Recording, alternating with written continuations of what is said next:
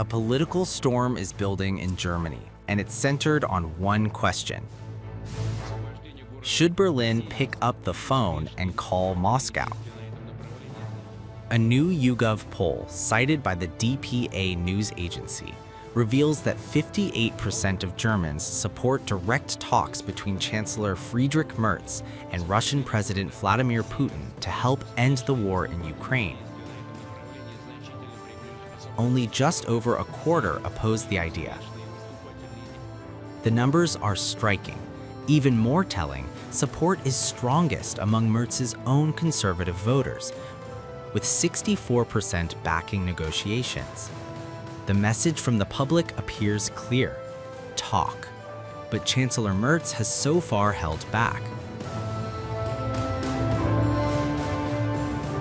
Speaking last week in Abu Dhabi, he expressed skepticism about restarting direct dialogue with Moscow, especially if Germany and the European Union remain excluded from the ongoing trilateral talks between Russia, the United States, and Ukraine. Merz says he is ready to engage, but only if Germany has a seat at the table. Meanwhile, pressure is mounting at home.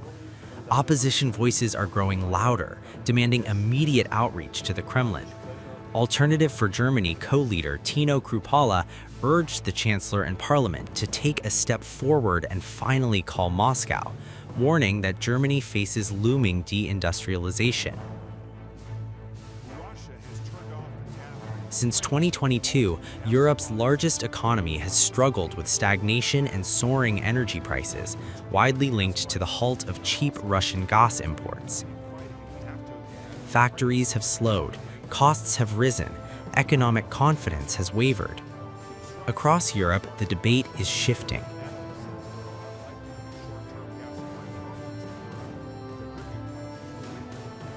French President Emmanuel Macron has also signaled interest in re-engaging Moscow, voicing concern that European powers are being sidelined in high-level negotiations. Paris and Moscow have already restored technical diplomatic contacts. And from the Kremlin, the message is blunt. Spokesman Dmitry Peskov said neither Macron nor Merz has made direct contact, despite it being, in his words, a simple move. Quote, "If you want and need to, you can simply call President Putin. Putin has never shied away from direct engagement." End quote. Indeed, there were in fact genuine contacts that took place, and this is something we can unequivocally confirm. These contacts, should the desire and the necessity arise, will undoubtedly help to quite promptly establish a constructive dialogue at the very highest level.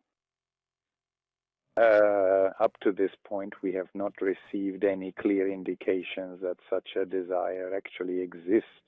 However, we certainly did take note of Mr. Macron's statement regarding the necessity of establishing relations with Russia. We have long stated that reducing our relations to a zero state is illogical, counterproductive, and detrimental, and Russia has always been a proponent of maintaining dialogue, which, in our opinion, in our firm conviction, can contribute to resolving the most pressing, the most complex problems. So now the question hangs over Berlin. Will Chancellor Merz follow public opinion and dial Moscow, or will Germany remain on the sidelines as others shape the future of Europe's most devastating conflict in decades? The pressure is rising, the economic stakes are mounting, and for Germany, time may not be on its side. A new fault line is tearing through the European Union as Brussels prepares its 20th sanctions package against Moscow. Two powerful maritime nations are pushing back. Greece and Malta, giants in global shipping, are resisting a sweeping proposal that could choke off Russian crude transport overnight. What was meant to be a united front against Moscow is now turning into a high-stakes internal showdown. A major confrontation is unfolding inside the European Union, not with Moscow, but within its own ranks. As Brussels pushes forward with its 20th sanctions package against Russia, two member states are standing in the way. Greece and Malta are opposing a sweeping proposal that would ban all EU maritime services tied to Russian crude oil. The European Commission's proposal goes far beyond the current G7 price cap system. Instead of limiting Russian oil sales to a capped price, Brussels wants a full prohibition on EU shipping, insurance, and port services for Russian crude, regardless of the purchase price. In effect, this would sever Europe's maritime infrastructure from Russia's oil trade entirely. But for Greece and Malta, this is not just about geopolitics, it is about economic survival. According to industry data, EU-owned or controlled tankers accounted for roughly 19% of Russian oil shipments last month. The vast majority of those vessels are Greek-owned. Greece controls the largest fleet of oil tankers in the world. A total services ban would immediately prevent those ships from transporting Russian crude, even cargo that complies with the existing $44.10 price cap. That could trigger mass contract cancellations and heavy financial losses across the Greek shipping sector. During a recent EU ambassadors meeting, both countries reportedly raised concerns that replacing the price cap with an outright ban could damage Europe's shipping industry and inflate energy prices. Behind closed doors, negotiations are now underway between Commission officials and Athens and Valletta. The timing is critical.